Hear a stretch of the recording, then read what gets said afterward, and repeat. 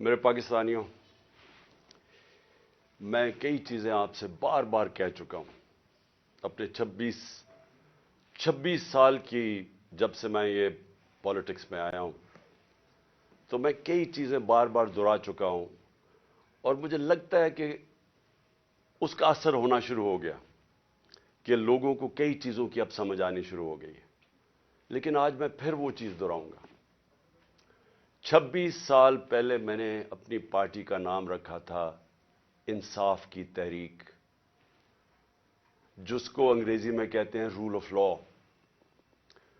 جس کو عام آدمی سمجھتا ہے انصاف، جس کا مطلب کیا ہوتا ہے کہ کمزور اور طاقتور قانون کے سامنے ایک برابر، جس کا مطلب یہ ہوتا ہے کہ جانوروں کے معاشرے میں اور انسانوں کے معاشرے میں جو فرق ہے کہ جانوروں کے معاشرے میں انصاف نہیں ہے، انسانوں کے معاشرے میں وہ انسانی معاشرہ ہوتا ہی تب ہے جدھر انصاف ہوتا ہے۔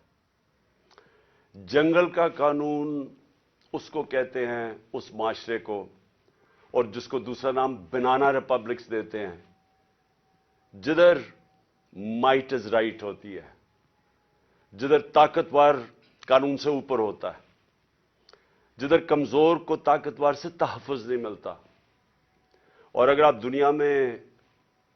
دنیا کی تاریخ پڑھیں تو آپ کو ہر جگہ نظر آئے گا کہ جن ممالک کے اندر قانون کی بالادستی بہتر تھی وہ خوشحال تھے۔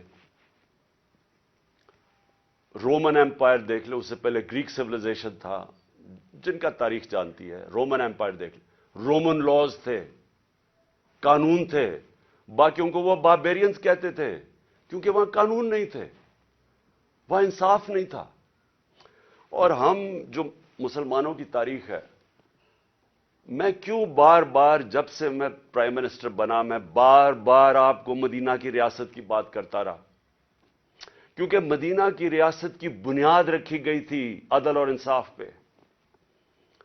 جو میرے نبی صلی اللہ علیہ وسلم نے اس قوم کو اٹھایا تھا، دو سپر پاور تھیں تب بھی، دو بڑی بڑی طاقتیں تھیں، آدھی دنیا دونوں طاقتوں کی نیچے تھی، ادھر سے ان لوگوں کی حیثیت ہی نہیں تھی، ان کو میرے نبی صلی اللہ علیہ وسلم نے دنیا کی امامت کروائی، لیکن بنیاد رکھی عدل اور انصاف پہ۔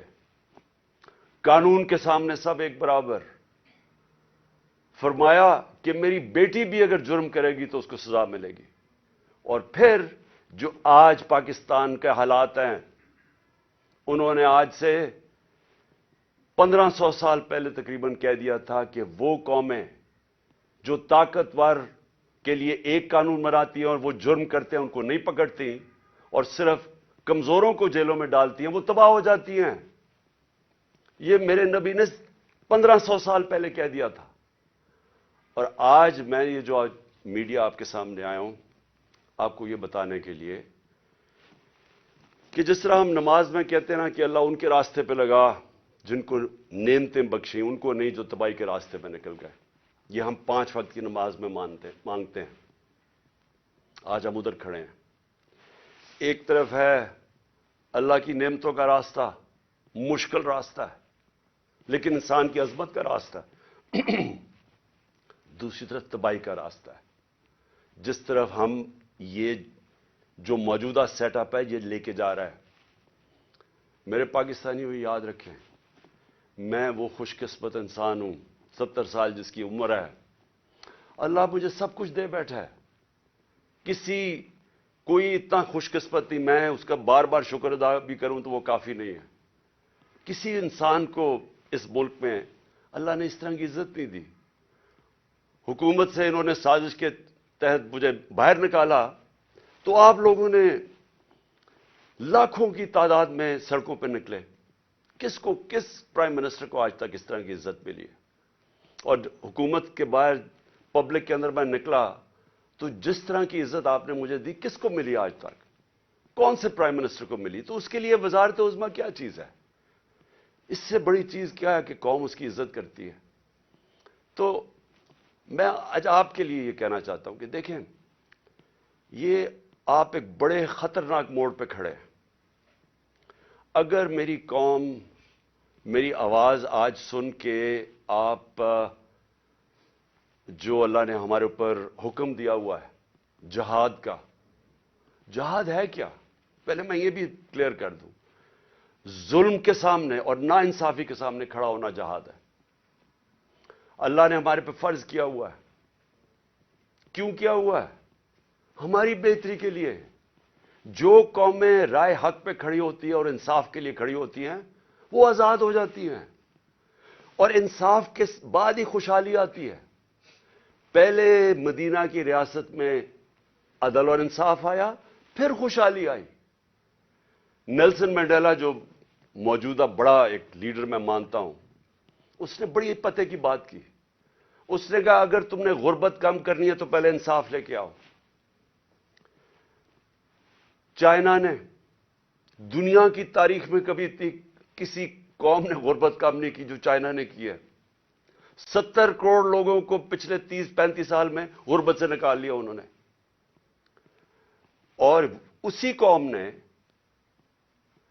450 وزیروں کو کرپشن کے اندر جیل میں ڈالا. یعنی طاقتور وزیروں کو انہوں نے قانون کے نیچے لے کے آئے. تو جو خوشحالی ہوتی ہے وہ انصاف کے ساتھ ہوتی ہے. حضرت علی کا قول ہے کہ کفر کا نظام چل جائے گا لیکن ظلم اور ناانصافی کا نظام نہیں چل سکتا. جدھر ہم جا رہے ہیں یہ نظام نہیں چل سکتا اور نہیں چل رہا. آج پوچھیں لوگوں کے حالات. آج کون سی قیامت آئی تھی کہ اپریل میں ہماری حکومت گئی ہے؟ 65 روپے کلو آٹا تھا، آج 135 روپے پہ پہنچ گیا یا اس سے بھی اوپر. کون سی قیامت آئی تھی کہ بجلی دگنی ہو گئی ہے؟ پٹرول ڈیزل دنیا عالمی مارکیٹ میں تو ان کی تیل کی قیمت کم ہے. کون سی قیامت آئی کہ یہ قیمتیں ان کی آج ادھر پہنچ گئی ہیں؟ کسانوں سے پوچھیں. کون سی قیامت آئی ہے کہ یوریا دگنا ان کو دے رہا؟ 60 ارب روپیہ کسانوں نے صرف گندم کی فصل کے لیے یوریا پہ ایکسٹرا خرچ کیا ہے ہمارے دور سے. تو کیا ہوا پاکستان؟ یعنی ہماری حکومت جانے سے اب تک یہ کیا ہوا کہ بجلی آج دگنی ہو گئی ہے؟ بجلی کے بل لوگوں سے پوچھیں، آج عوام سے پوچھیں تو صحیح ان کے حالات کیا ہیں، اور ابھی مزید اور مہنگائی آنے والی ہے. لیکن جو اس ملک کے طاقتور ڈاکو تھے انہوں نے اربوں روپے کے اپنے کرپشن کے کیسز ختم کروا لیے. 1100 ارب روپے کے اپنے کرپشن کے کیسز ختم کروا دیے اور قوم کو انہوں نے بھیج دیا تباہی کی طرف. آج ہمارا ملک، کبھی بھی ہمارے معاشی حالات ایسے نہیں تھے جو آج ہیں. تو یہ کیوں ہے؟ سوال پوچھیں نا اپنے آپ سے، کیوں ہے؟ ہم سب سے زیادہ، میں پاکستانی، میں آپ کو بتاؤں جب میں مکہ گیا ہوں، مدینہ گیا ہوں، سب سے زیادہ مسلمان پاکستانی مجھے ملے وہاں. ہم یہاں تبلیغی جماعت کا اجتماع ہوتا ہے، 20 لاکھ لوگ جمع ہو جاتے ہیں کیونکہ سارے یا عاشق رسول ہیں، اپنے دین میں ماننے والے لوگ ہیں. لیکن کیا وجہ ہے کہ ہم تباہی کے راستے پہ کھڑے ہیں؟ کیوں نہیں اللہ ہماری دعائیں کیوں نہیں سن رہا؟ کیونکہ اللہ نے کئی قانون بنائے ہوئے ہیں. سارے جتنے اللہ کے پیغمبر دنیا میں آئے تھے سب ان کی دو میسیجز تھیں، صرف پیغام دو تھے: انصاف قائم کرو اور انسانیت، یعنی کمزور کی مدد کرو. جو کہ جانوروں کے قانون کے اندر کمزور کی سروائیول آف دا فٹسٹ ہے، کمزور مر جاتا ہے. انسانی معاشرے میں ہم اپنے کمزور طبقے کی مدد کرتے ہیں. جس کو پہلی دنیا کی تاریخ میں فلاحی ریاست بنائی تھی وہ مدینہ میں بنائی گئی تھی، انسانیت کا نظام آیا تھا. تو ہم اپنے آپ سے پوچھیں کہ آج وہ ملک جو خیرات دینے میں سب سے زیادہ ہے، میں اس کے سامنے ہوں. کبھی یعنی کہیں دنیا کے اندر کینسر ہاسپٹل کے اندر 75% مریضوں کا مفت علاج نہیں ہو سکتا، صرف پاکستان میں ہے. کیونکہ لوگ جب دیکھتے ہیں، جب کسی ادارے کو، جو خیراتی ادارے کے اوپر جب اعتماد کرتے ہیں، تو اس سے زیادہ کھلے دل کے لوگ ہی کوئی نہیں ہے. تو ہم وہ قوم ہیں جو ترستی ہے جس کا نعرہ تھا کہ پاکستان کا مطلب کیا، لا الہ الا اللہ، عظیم نعرے. ہم نے اللہ سے دعویٰ کیا کہ اللہ تیرے سوا ہم کسی کے سامنے نہیں جھکتے، ہم آزاد لوگ ہیں، ہم نے آزادی کا دعویٰ کیا. آج اپنے حالات ہم دیکھیں، نہ ہمارے پاس آزادی ہے، نہ یہاں خوشحالی ہے. غربت بڑھتی جا رہی ہے، دن بدن قیمتیں بڑھتی جا رہی ہیں. تنخواہ دار طبقے سے پوچھیں کہ کیا حالات ہیں ان کے. پوچھیں آج بزنس مین سے، سب دکان، آج فیکٹریاں بند ہو رہی ہیں. پوچھیں آج بزنس، کون سی، کسانوں سے پوچھیں، کسی سے پوچھیں، خاص طور پہ تنخواہ دار طبقے سے آج پوچھیں کہ وہ گزارا کیسے کر رہا ہے. تو کیا وجہ ہے اس کی؟ میں آج آپ کو بتاتا ہوں. اس کی وجہ ایک ہے کہ یہاں ظلم اور ناانصافی کا نظام ہے.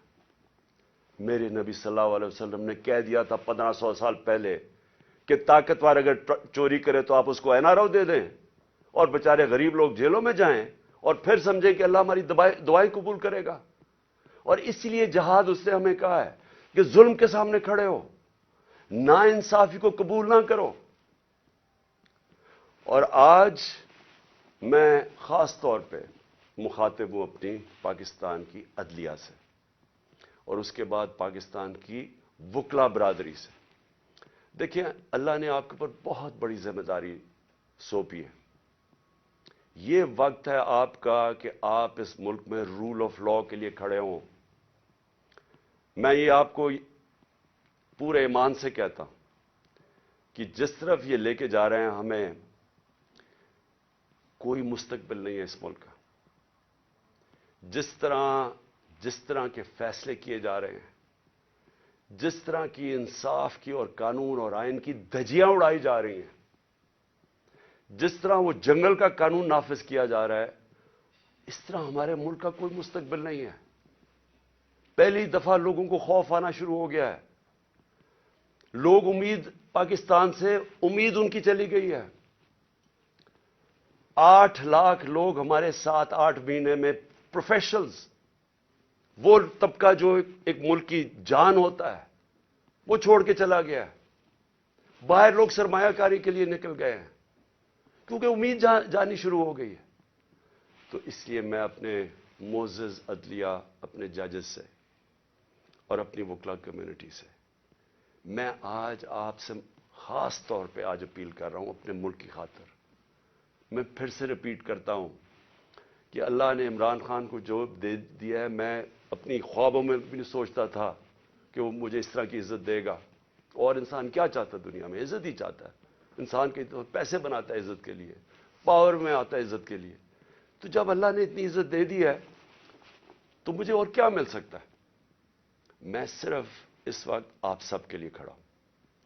میری جو ساری جدوجہد ہے وہ آپ کے لیے، اور آپ کو اس کے لیے سب کو کھڑا ہونا پڑے گا. میں سارے پاکستانیوں کو کہہ رہا ہوں، آپ اگر آج نہ کھڑے ہوئے، میں آپ کو یقین دلاتا ہوں کہ آگے اندھیرا ہے. میری آواز کیوں بند کرنے کی کوشش کی جا رہی ہے؟ کیوں وہ پولیس یہ فواد چودھری کو کیوں پکڑا ہے؟ کون سا جرم کیا اس نے؟ کوئی مجھے جمہوریت میں بتائے کہ یہ جرم ہوتا ہے کہ جو اس نے اس کو منشی کہہ دیا، اس کو چیف الیکشن کمیشن. کبھی اس کے اوپر بھی کسی جمہوریت میں پکڑا جاتا ہے؟ اعظم سعودی کا کیا قصور تھا؟ کیا اس نے کہہ دیا کہ جناب ایکس آرمی چیف نے NRO 2 دے دیا؟ تو یہ سینیٹر ہے، اس کی رائے ہے. یہ باقی اس ملک کی اکثریت سمجھتی ہے کہ ٹھیک ہے. اس کو ننگا کر کے، تشدد کر کے، پھر وہ گندی ویڈیو، اور پھر اس کو پکڑ لیا، 30 FIR کاٹ دی. شہباز گل، ارشد شریف، جو ارشد شریف کی خبریں آتی ہیں کہ کس طرح اس سے کیا گیا. کیا بچہ جانتا ہے پاکستان میں کہ ارشد شریف جیسا خوددار، دیانتدار، کریڈیبل، ایک محب وطن شاید ہی کوئی صحافی آیا ہو. اس سے جو کیا ہے، اور یہ جو میرے اوپر قاتلانہ حملہ کس لیے کیا گیا؟ میں نے کون سا جرم کیا تھا؟ اور اس کے اوپر ابھی میں آتا ہوں جب میں باقی چیزیں بھی آپ کو سامنے رکھتا ہوں. لیکن میں آج اپنی قوم کو کہہ رہا ہوں کہ دیکھیں، آپ کا مستقبل آپ کے ہاتھ میں ہے. آپ ہیں اللہ کے بعد اس ملک کے وارث. آپ کو اپنی تقدیر اپنے ہاتھ میں لینی پڑے گی. یہ میرا وعدہ ہے کہ جب تک میں زندہ ہوں میں اس ملک کے لیے سٹرگل کروں گا. میں کیوں سٹرگل کروں گا؟ کیونکہ میں کبھی نہیں بھولتا کہ بچپن سے مجھے بتایا گیا ہمارے بڑوں نے کہ تم خوش قسمت ہو، تم آزاد ملک میں پیدا ہوئے ہو. وہ ہمارے بڑے سارے غلام ہندوستان میں پیدا ہوئے تھے. بچپن سے یہ ہمارے میں ڈالا گیا کہ یہ کتنا خوش قسمت سارے ہم ہیں، میری جنریشن، کہ ہم تو ایک آزاد ملک میں پیدا ہوئے. میں کبھی بھی جب دنیا میں باہر گیا، کرکٹ کھیلی، بڑا ٹائم گزارا ہے، پروفیشنل کرکٹ کھیلتا تھا، کبھی میرے ذہن میں یہ نہیں آیا کہ میں پاکستان کے علاوہ کسی اور ملک میں رہ سکتا ہوں. اور میں ابھی بھی جتنی میری باقی زندگی ہے اس ملک کے لیے. میں آپ کو یقین دلاتا ہوں کہ نہ مجھے کوئی جیل سے ڈر ہے. موت میں نے اپنے اتنے قریب سے دیکھی ہے کہ اتنے قریب سے دیکھی ہے. مجھے پورا اللہ پہ اعتماد ہے. میں لا الہ الا اللہ پہ ماننے والا انسان ہوں. جب اس کا فیصلہ ہوگا، قرآن شریف کے اندر آپ پڑھ لیں، آپ نہ آگے ہوتا ہے ٹائم نہ پیچھے ہوتا ہے. اس لیے مجھے کوئی فکر کسی کی نہیں ہے. اور مجھے کوئی یہ جو ہر وقت جیل لے کے جانے لگے ہیں، مجھے اس سے کوئی فکر نہیں ہے. اور نہ ہی میں آپ سب کو کہتا ہوں آپ کو یہ جیل سے ڈرنا نہیں چاہیے. جیل کا ڈراوے جی جیل میں ڈال دیں گے، ڈال دیں جیل میں، کتنوں کو ڈالیں گے. اس لیے میری قوم، آپ کو اگر اپنے آپ کو بچانا ہے، آپ کو اللہ کے حکم پہ چلنا پڑے گا، انصاف کے ساتھ کھڑا ہونا پڑے گا. اور میں اپنی عدلیہ سے پہلے آتا ہوں. سب سے پہلے الیکشن کمیشن نے محسن نقوی کو پنجاب کا چیف منسٹر بنایا. میں پہلے الیکشن کمیشن سے سوال پوچھتا ہوں کہ کیا آپ کو نہیں پتا کہ جو آئین کا آرٹیکل 218 اس کی شق 3، کیا آپ کو نہیں پتا کہ آپ کی سب سے بڑی ذمہ داری صاف اور شفاف الیکشن کروانا ہے؟ یہ آپ کی سب سے بڑی ذمہ داری ہے. تو میں سوال یہ پوچھتا ہوں کہ کس بیسس پہ آپ نے محسن نقوی کو چنا؟ باقی نام کس بیسس پہ آپ نے ریجیکٹ کیے؟ جبکہ ہم نے وہ نام چن کے دیے جو ہم سمجھتے تھے کہ نون لیگ ایکسپٹ کر جائے گی ان کو، کیونکہ سکھیرا صاحب اس وقت کیبنٹ سیکرٹری ہیں، شہباز شریف کے کیبنٹ سیکرٹری ہیں. اس سے بعد ناصر کھوسہ کا نام دیا جو ان کے پرنسپل سیکرٹری نواز شریف کے رہ چکے ہیں، شہباز شریف کے چیف سیکرٹری. یعنی وہ لوگ جو ان کو ایکسیپٹیبل ہے. ہم نے اپنی طرف سے نیوٹرل امپائر رکھنے کی کوشش کی. تو کس بیسس کے اوپر یہ محسن نقوی کو آپ لے کے آئے؟ کیا آپ اس کے بیک گراؤنڈ کا نہیں پتا تھا؟ یا شاید لگایا اس لیے تھا کیونکہ آپ کو پتا تھا یہ کون ہے؟ کیا یہ نہیں پتا کہ یہ آدمی رجیم چینج جو ہماری گورنمنٹ گرائی گئی ہے اس میں اس نے سب سے بڑا رول اس کا تھا. ایک تو اوپر کا رول تھا نا ایکس آرمی چیف کا، لیکن اس کا اس کے بعد یہ ان چند لوگوں میں سے تھا جو سب سے زیادہ یہ بھاگ دوڑ کی اس نے ہماری حکومت گرانے کے لیے. کیا یہ آصف زرداری کے ساتھ سندھ ہاؤس جدھر پیسے چلے تھے یہ وہاں نہیں تھا؟ کیا آصف زرداری اس کو اپنا بیٹا نہیں کہتا؟ کیا اس کا جو چینل ہے لوگوں کو نہیں پتا اس کی چینل کا کس کے بار بار جو پروپیگنڈا ہمارے اگینسٹ کب سے کر رہا ہے؟ اور پھر سب سے بڑی بات کہ جو آج نیب کے چیئرمین ہیں آفتاب سلطان، نیب کے چیئرمین آفتاب سلطان نے اسی محسن نقوی کے اوپر انویسٹیگیشن کی تھی. یہ انویسٹیگیٹنگ آفیسر تھے اور ان کی ریکمنڈیشن پہ انہوں نے 35 لاکھ روپیہ نیب کو واپس کیا تھا. تو میں الیکشن کمیشن سے پوچھنا چاہتا ہوں کہ کوئی اور آپ کو نہیں ملا کہ صرف چن کے آپ وہ آدمی لے کے آئے ہیں جو کہ ہمارا سب سے خلاف تھا؟ اور اس نے آتے ساتھ ہی کیا کیا؟ یہ جو اب فواد چودھری کا ہوا ہے 3 دفعہ، اور میں جج صاحب کو سلام کرتا ہوں، 3 دفعہ انہوں نے کہا کہ فواد چودھری کو طلب کیا عدالت میں، اور تینوں دفعہ نہیں اس عدالت میں پریزنٹ کیا گیا. تو کیا یہ محسن نقوی یہ اس کی پہلی آتے ساتھ ہی اس نے اپنے کارنامے دکھا دیے.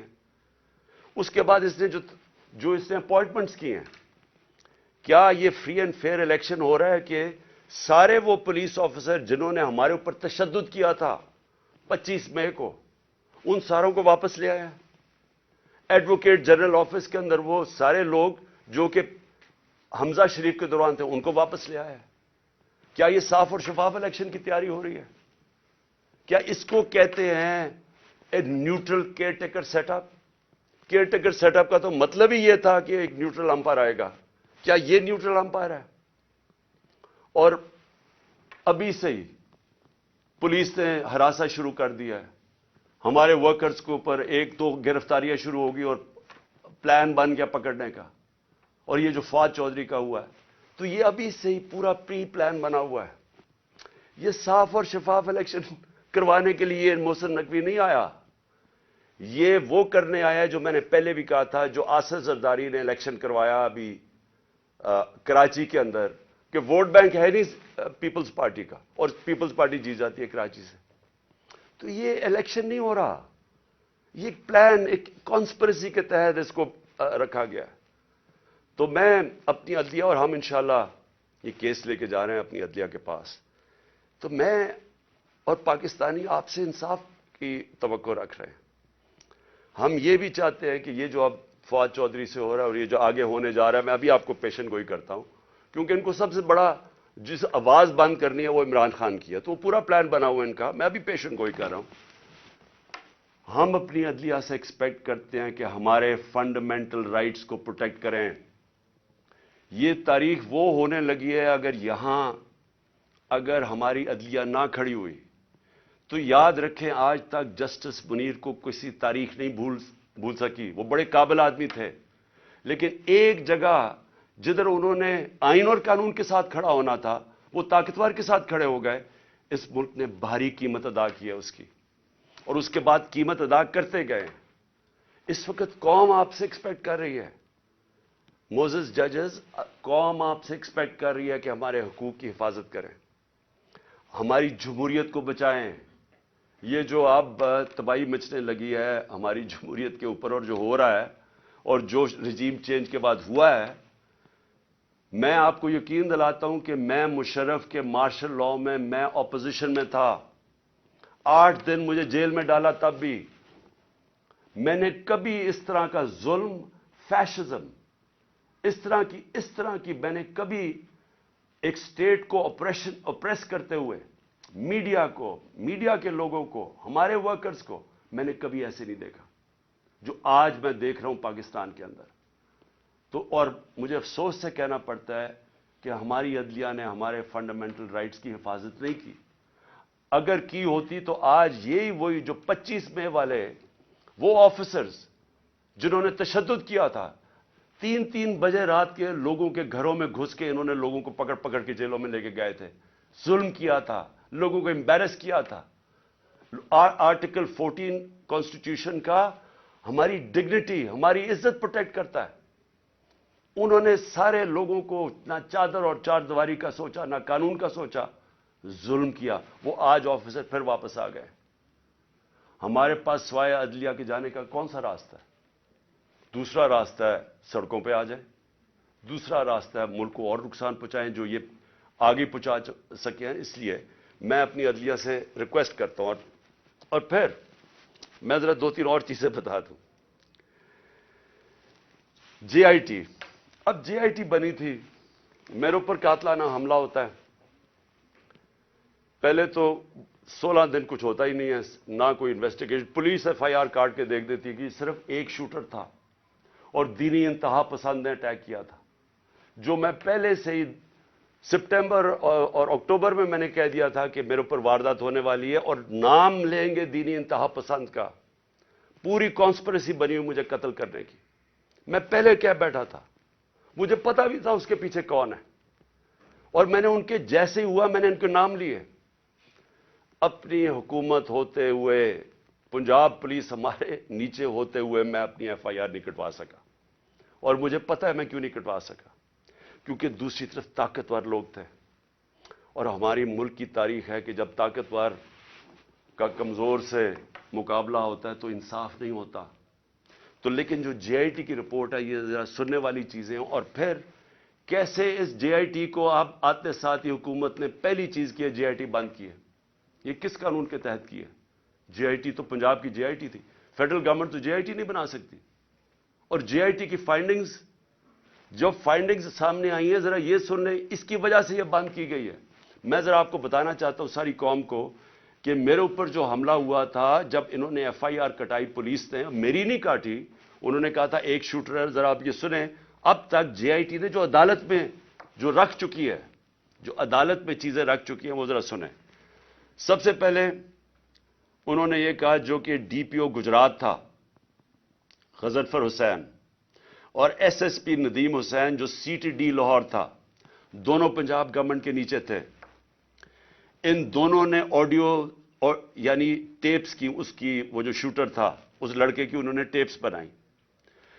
اور جب اس کی ٹیپس بنائی تو جب جے آئی ٹی نے مانگا ان سے ان کا موبائل فون, اور جب جے آئی ٹی نے ان کو بلایا ان دونوں کو, انہوں نے صاف انکار کر دیا کہ ہم جے آئی ٹی میں نہیں آتے.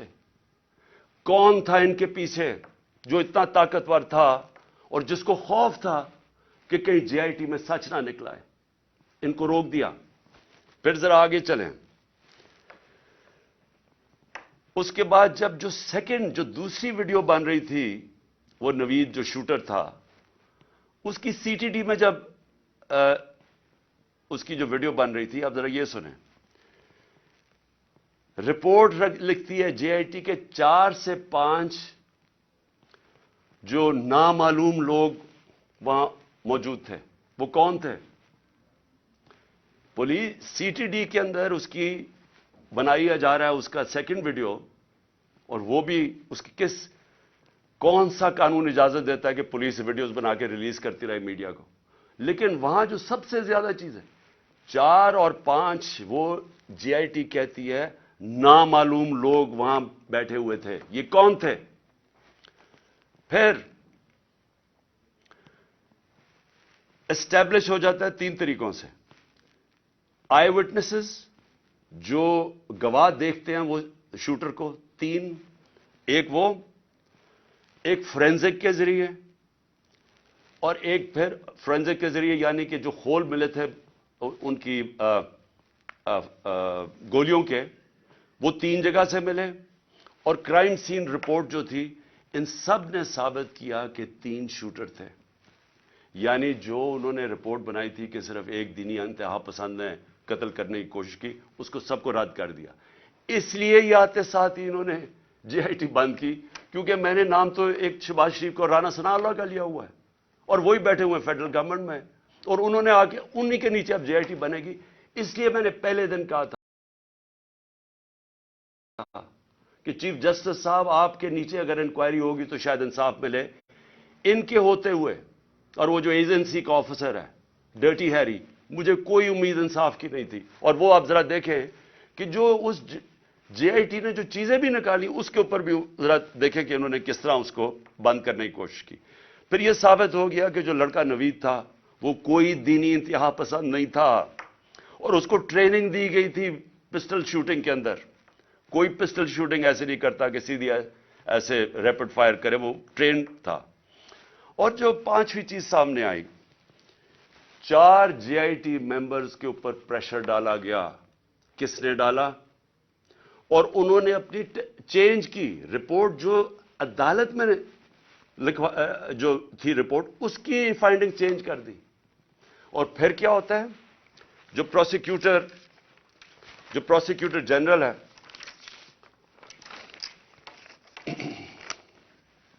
جو انڈیپینڈنٹ انکوائری کرتا ہے, ان 4 لوگوں کے اوپر جو اپنے چینج کرتے ہیں رپورٹ, یہ جو 4 جے آئی ٹی ممبرز اپنی رپورٹ چینج کرتے ہیں, انڈیپینڈنٹ انکوائری کنڈکٹ کی جاتی ہے پروسیکیوٹر جنرل آف پاکستان. وہ ان کے اوپر انڈیپینڈنٹ انکوائری کنڈکٹ کرتا ہے, اور وہ کنفرم کرتا ہے, prosecutor general of Pakistan confirm کرتا ہے کہ انہوں نے اپنی غلط ٹیسٹ اپنی بدلی.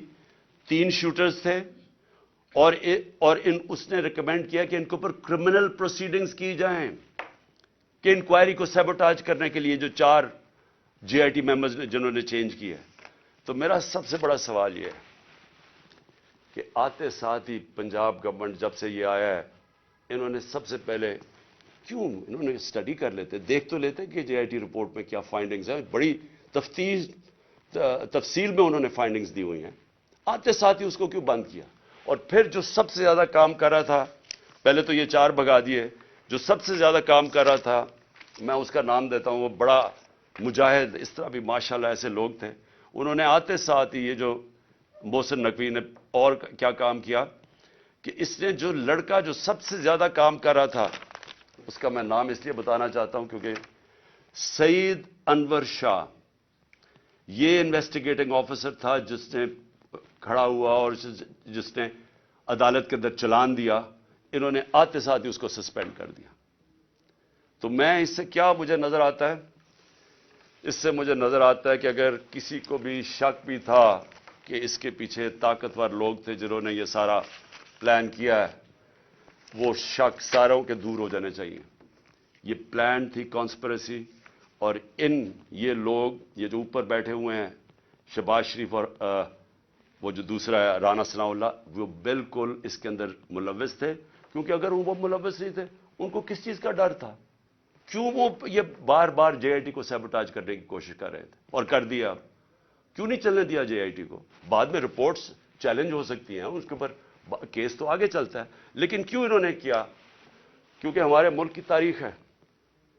لیاقت علی خان کس نے ان کو قتل کیا ابھی تک کبھی نہیں پتا چلا. بے نظیر بھٹو کوئی پتہ نہیں, ایک دم اس کی جو سین تھا جدھر وہ بیچاری کو شہید کیا گیا, وہ سارا ایک دم کلیئر کر دیا. کس کے انسٹرکشن پہ کیا گیا کوئی کبھی نہیں پتا چلتا.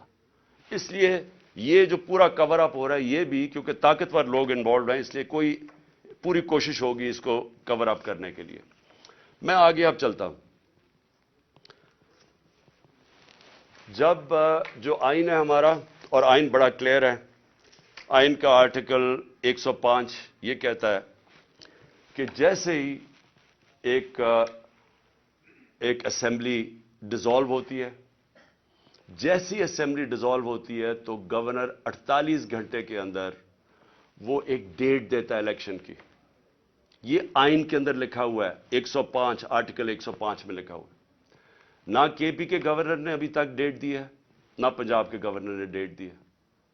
سوال یہ کیوں نہیں دی؟ ہم نے اپنی گورنمنٹ کیوں گرائی؟ کبھی سوچا کہ کوئی اپنی گورنمنٹ خود چھوڑ دیتا ہے, ڈیزالو کر دیتا ہے؟ کبھی اس ملک کی تاریخ میں ہوا ہے؟ 60% پاکستان جس کے اوپر ہماری گورنمنٹ ہو, ہم خود ہی کہیں کہ جی ٹھیک ہے یہاں ہم اسمبلیز ڈیزالو کرتے ہیں. میں نے نیشنل اسمبلی بھی اپریل کے اندر ووٹ آف نو کانفیڈنس سے پہلے میں نے وہ بھی کہا تھا کہ میں ڈیزالو کرتا ہوں, الیکشن کروا دیں. تو یہ اس لیے کرتے ہیں, ہم نے اس لیے فیصلہ کیا کہ جب ایک ملک کے اندر سیاسی طور پہ استحکام نہیں ہوتا تو معیشت کے اوپر ڈائریکٹ اس کا امپیکٹ جاتا ہے. ہم نے یہ اس لیے اپنی اسمبلیاں ڈیزالو کی کیونکہ ہمیں نظر آ رہا ہے کہ ملک تباہی کی طرف جا رہا ہے, ڈیفالٹ کی طرف جا رہا ہے. جس طرح میں پہلے کہہ بیٹھا ہوں کہ کسی طبقے سے پوچھ لیں آج پاکستان میں کہ معیشت کا کیا حال ہے, وہ سارے آپ کو یہ کی جواب دیں گے برے حالات ہیں, گر رہا ہے نیچے. تو ہم نے اس کو اس لیے اپنی گورنمنٹس کی قربانی دی کہ ہم یہ سمجھتے ہیں کہ اگر ہم نے اس ملک کو اٹھانا ہے واپس تو سب سے پہلے صاف اور شفاف الیکشنز کی ضرورت ہے. صاف اور شفاف الیکشنز کا مطلب پولیٹیکل سٹیبلٹی. جب لوگوں کو ایک اعتماد ہوگا, بزنس کمیونٹی کو جو باہر بیٹھی ہے جو اندر بیٹھی ہے کہ اب 5 سال کے لیے حکومت آ گئی اور پبلک مینڈیٹ کے ساتھ جو بڑے فیصلے کر سکتی ہے, جو ضرورت ہے آج پاکستان کو نکالنے کی اس دلدل میں سے, تو تب ہی ملک اٹھ سکتا ہے. ان کے اوپر تو نہ باہر نہ کسی کو اندر اعتماد رہ گیا ہے. تو یہ تو جتنی دیر چلتی رہے گی لوگوں کی تو تباہی ہے اس کے اندر. تو اس لیے ہم نے اپنی گورنمنٹس ڈیزالو کی تھی. ہمارا سوچ یہ تھی کہ اس کے بعد الیکشنز کی طرف ہم جائیں گے, اور اس لیے قربانی دی تھی. ابھی تک لگ یہ رہا ہے, اور یہ جو محسن نقوی کو لے کے آئے ہیں, اب یہ واضح ہو گیا کہ ان کا کوئی موڈ الیکشن کروانے کا نہیں ہے. میں پھر اپنی عدلیہ سے پوچھتا ہوں کہ اب ذمہ داری آپ کی ہے. آئین کے اندر کوئی گنجائش نہیں ہے. جیسے ہی گورنمنٹ ڈیزالو ہوتی ہے آرٹیکل 105 105 واضح طریقے سے کہتا ہے کہ 90 دن کے اندر آپ نے الیکشن کروانے. اب ذمہ داری آپ کی ہے کیونکہ آپ کو دنیا دیکھ رہی ہے آپ کی طرف کہ کیا یہ آپ کریں گے یا نہیں کریں گے. کیونکہ میں پھر سے کہتا ہوں کہ مجھے افسوس سے کہنا پڑتا ہے کہ ہمارا ملک وہ نہیں بن سکا جو بننا چاہیے تھا.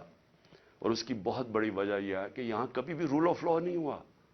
یا طاقتور ہمیشہ قانون سے اوپر ہے. تو یہ بار بار جب ہم ان سے بھی پوچھتے ہیں یہ جو بیٹھے ہوئے ہیں اس وقت امپورٹڈ گورنمنٹ ایک ہارس ٹریڈنگ کے ذریعے رشوت دے کے خرید و فروخت کر کے آج بیٹھے ہوئے ہیں اوپر, یہ بھی کہتے ہیں جی ہو جائے گا, کوئی چیز ہو جائے گی, آگے چلے جائے گا الیکشن. بھئی کیسے چلے جائیں گے؟ آئین ہے یا نہیں ہے؟ اگر آپ کا ملک کے اندر آئین ہے اور کوئی قانون ہے تو پھر تو یہ آگے جا ہی نہیں سکتے 90 دن سے. تو یہ بھی آج میں اپنی عدلیہ کو کہنا چاہتا ہوں کہ اب آپ کے اوپر بہت بڑی ذمہ داری آنے والی ہے, کیونکہ یہ جو محسن نقوی کو لے کے آئے ہیں اس کو کوئی ان کا نہیں نظر آ رہا کہ یہ الیکشن کروائیں گے.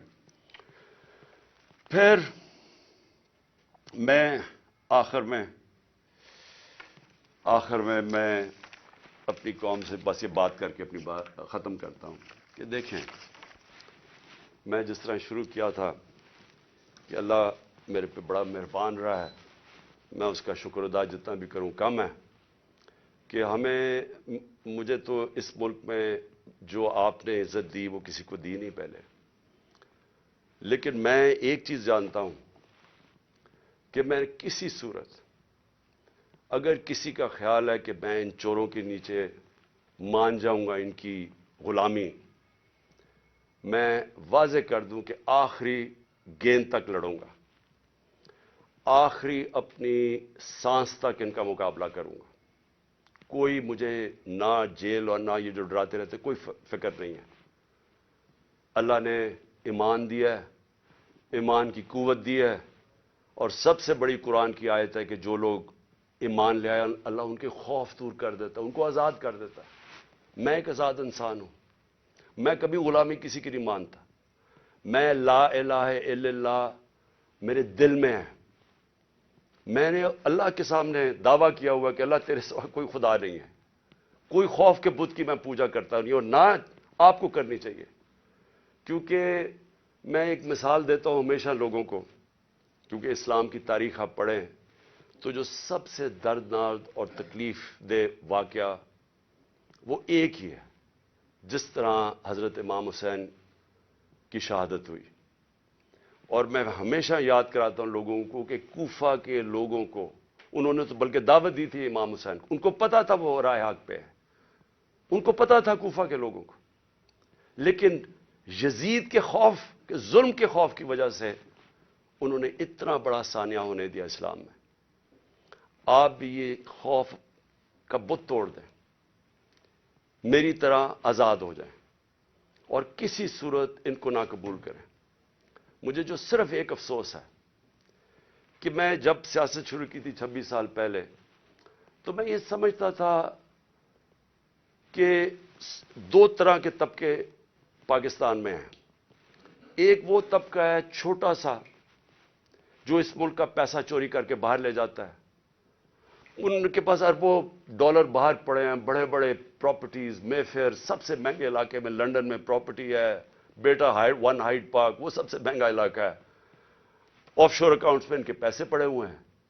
تو میں ان کو تو پاکستان نیچے جاتا ہے ان کو کیا ہوگا, جب مشکل پڑتی ہے جہاز پکڑ کے باہر چلے جاتے ہیں. تو ایک ایسا طبقہ چھوٹا سا بیٹھا ہوا ہے, ہر وقت پیسہ اس ملک سے چوری کر کے باہر لے جاتا ہے. ٹیکس بزنس مین ہے, ٹیکس چوری کیا وہ باہر. ریل اسٹیٹ کے اندر بیٹھے ہوئے لوگ جیسی پیسہ بنتا ہے حوالے ہنڈی سے پیسہ باہر. تو ان کو کوئی تکلیف نہیں ہے کہ پاکستان نیچے جاتا یا نہیں, ان کو تکلیف نہیں ہے کہ ہم غلامی کریں, کبھی کسی کی غلامی جو آج تک کرتے آئے ہیں ان کو فکر نہیں ہے, کیونکہ ان کا سٹیک پاکستان میں نہیں ہے. اور اس لیے میں ان کے خلاف نکلا تھا آج سے 26 سال پہلے, اور اس لیے جب تک میرے میں سانس ہے میں ان کا مقابلہ کروں گا. لیکن ایک دوسرا طبقہ جن کا جینا مرنا پاکستان میں، وہ اکثریت اس ملک کی عوام ہے، اور اس ملک کے وہ ادارے ہیں، وہ ادارہ جس کو پتا ہے کہ اگر یہ ملک کی معیشت نیچے جاتی ہے تو سب سے پہلے نقصان اس ادارے کا ہے۔ آج سری لنکا کے اندر آئی ایم ایف نے حکم دیا سری لنکا کو کہ اپنی جو سری لنکا کی فوج ہے اس کا آدھا کرو۔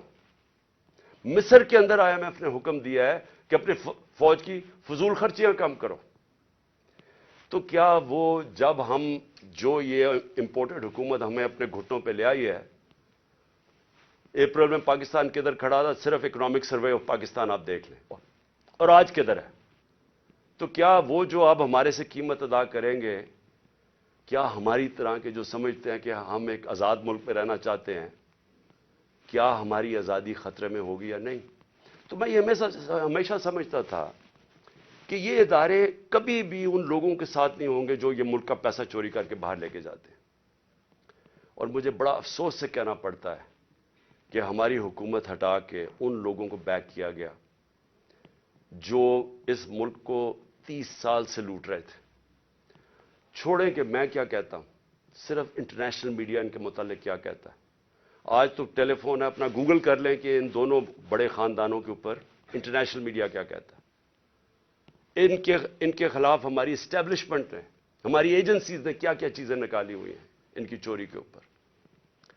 تو مجھے حیرت یہ ہوئی کہ رجیم چینج کے بعد ان کے ساتھ کیسے کھڑے ہو گئے، وہ ادارہ جس کا سب سے زیادہ سٹیک ہے کہ پاکستان ایک طاقتور ملک بنے، کہ اگر ایک ملک کی معیشت نیچے جاتی ہے تو ہمیں سوویت یونین کی مثال ہے کہ وہ ملک ٹوٹ گیا، تکڑی ترین فوج تھی لیکن ملک ٹوٹ گیا کیونکہ معیشت نیچے چلی گئی۔